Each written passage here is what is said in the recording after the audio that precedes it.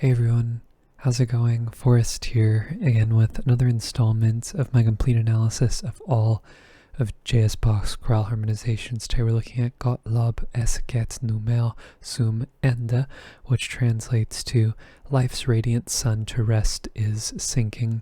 Fairly short chorale today, fairly straightforward, couple of interesting chord progressions going on, but really nothing too much to write home about. It's fairly conventional and straightforward in that regard, so we're just going to hop right into the analysis.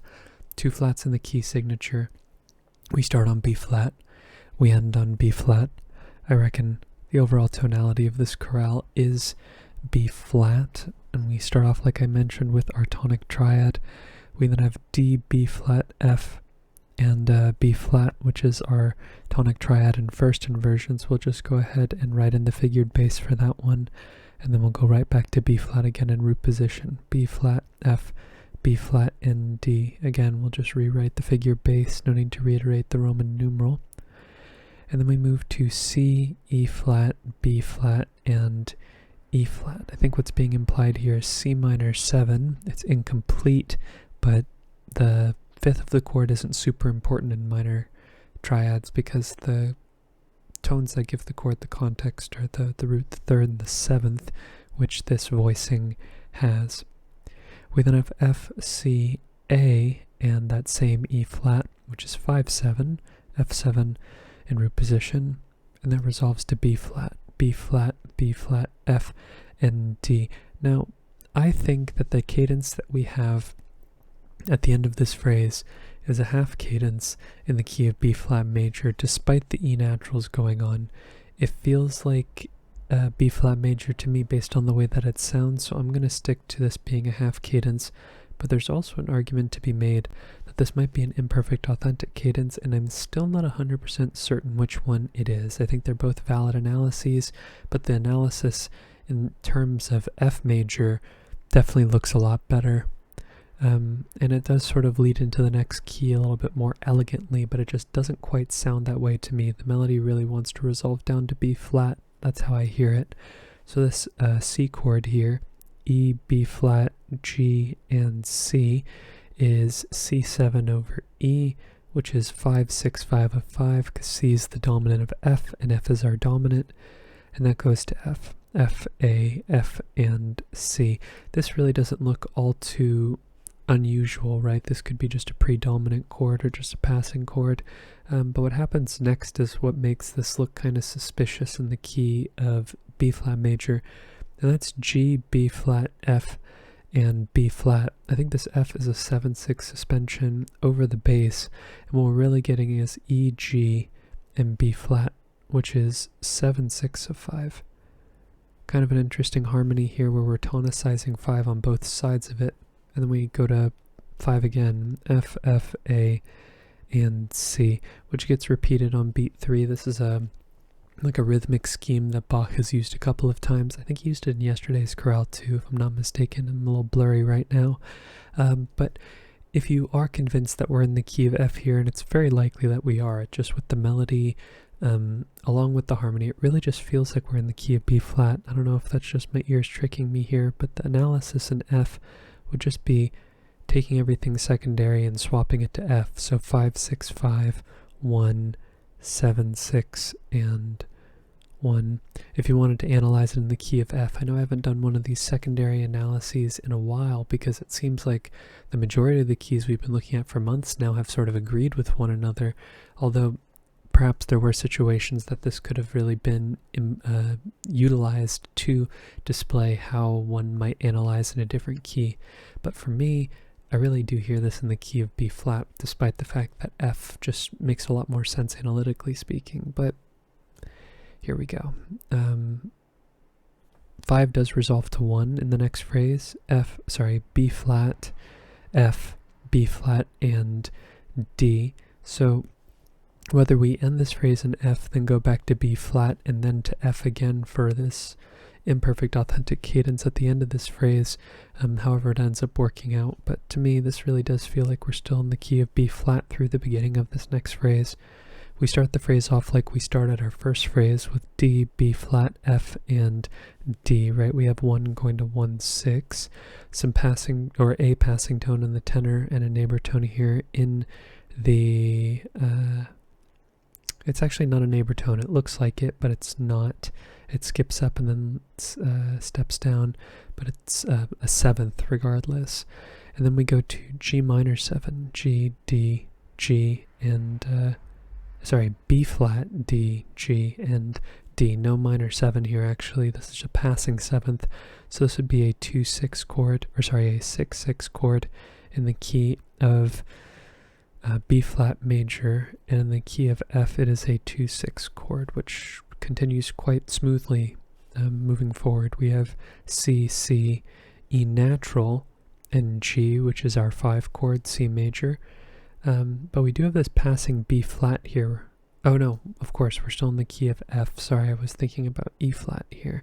No, that's just a passing 7th right here on beat 2, and that resolves to F major over A, C, F, and A, tonic triad, first inversion. We then get G, D, F, and B flat, which is 2-7, G minor 7, and here we have a bit of an interesting harmony as well. We have G, B flat, E, and B flat, and I think one might be compelled to call this a 7-6 chord. We might actually have a 2-7 progression here, which is kind of interesting, but I think this E natural is an accented non-chord tone. It's sort of like a false 7-6 suspension over the bass, where actually this D is still our chord tone, and I still think G minor is sort of the harmonic agenda during these 2 beats. So I'm just going to change the figure bass to reflect what's actually happening here, which is just removing the 7th from the chord. Maybe this is a 2-7 progression, or he's just I guess starting the idea of a dominant 1 beat early.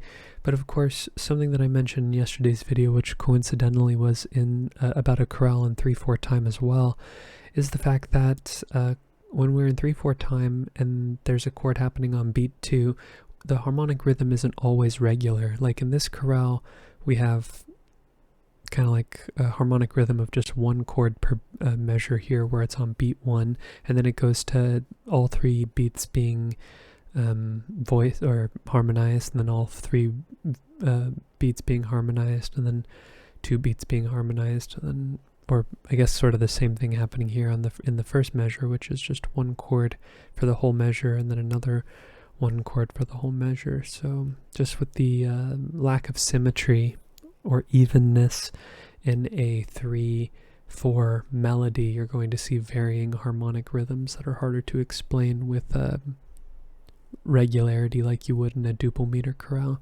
So whatever happens on this beat 2, do take it with a grain of salt, at least in my opinion.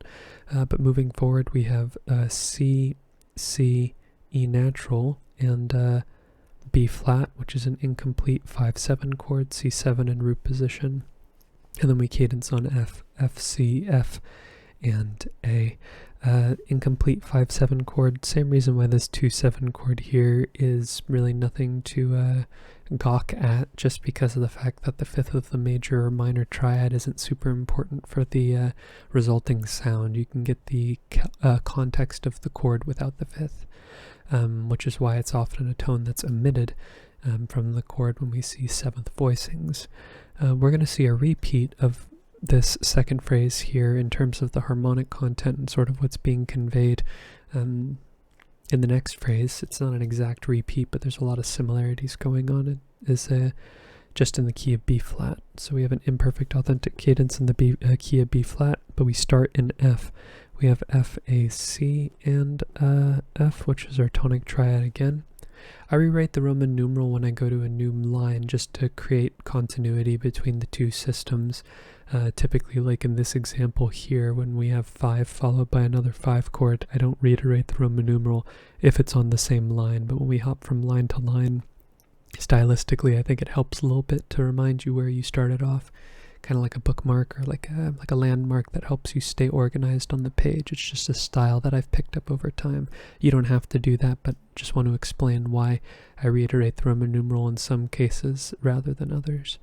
But after 1 we have E, G, C, and C, which is 5-6, C major over E natural. And then we have C, G, E, and C, which is just taking our 5 chord and putting it in root position. So we'll just change the figure base, kind of similar to the chordal profile of the first phrase as well. Actually, the previous phrase too. But after our 5 chord, we do resolve to 1, F, A, F, and C, which is our tonic. And that does take us to the key of B flat, where it's now our 5 chord. And coincidentally, one of the things that tells me we're in the key of B flat beyond this point is this passing E flat here. It just feels like this is just going to be a 5-to-1 progression in the key of B flat. Or if we were staying in the key of F major, this wouldn't be a tonic, it would be 5 of 4, because the E flat would imply resolution to the third of the tonic, or the 4 chord in this case, B flat major. Or, sorry, I flipped it around. The tonic in this case and a 4 chord in the case of it being a secondary dominant if we were to stay in the key of F, which we're not. We're in the key of B flat for the rest of the chorale now. But afterwards we do get our tonic, D, F, B flat, and D, which is 1-6. We then get C, G, B flat, and E, which is 2-7. Again, we've seen this root position 2-7 voicing a couple of times now, both here, here, and now here for the 3rd time. And we have a similar cadential scheme going on here between the previous phrase and the phrase we're currently analyzing, where it is possible that we do have a 7-6 chord here with A, C, and E flat going on, but I do think this A is an accent and non-chord tone, and really what's happening here is we have a 2 chord in root position, C, E flat, G, and E flat. But maybe this is a 2-7 progression, who knows, it's just not the way that I hear it. But afterwards we do go to 5, F, F, A, and E flat. Again, no fifth in this spelling, so these phrases really are similar to one another. And then we cadence on B flat major, B flat, F, B flat, and D, which is our tonic triad in root position. Moving forward to our last phrase, we end in the key of B flat, no modulations like I mentioned earlier, and we end with a perfect authentic cadence. So our first perfect authentic cadence in the whole chorale. It is a relatively short chorale, only 4 unique phrases in the whole chorale. I mean, the first section does repeat, but it's the same content, so nothing really to write home about there. But starting things off with another tonic triad, B flat, D, F, and F. That's a tonic triad. We don't need to reanalyze. Then we have D, B flat, and F again, which is just taking our tonic triad and putting it in first inversion, serious first phrase vibes here. We have some passing tones, or we have a passing tone in the tenor and a neighbor tone in the alto, before we get B flat, D, B flat, and F again, which is just taking our chord and putting it in a root position. And then we go to C, C, G, and E flat, which is our tonic in root position, C minor. And here we have an interesting thing here. I think really what's happening is we're grouping 2 and 3 together, beat 2 and beat 3 that is, where we have F, A, C, and E flat to give us the entire context of an F7 chord. But I think there is an argument to be made that actually what is happening here is a 7-6 chord. But I think with the harmonic rhythm being the way that it is, or actually being up to Bach at this point, because this melody has a held note for an entire measure, I do think 2 and 3 are sort of being lumped together for one large implied chord. So this might be a 7, or actually not even a 7-6 chord, apologies, a root position 7 chord, but it just looks like the 5 is being arpeggiated here in the bass, so this feels like a big 5-7 chord to me.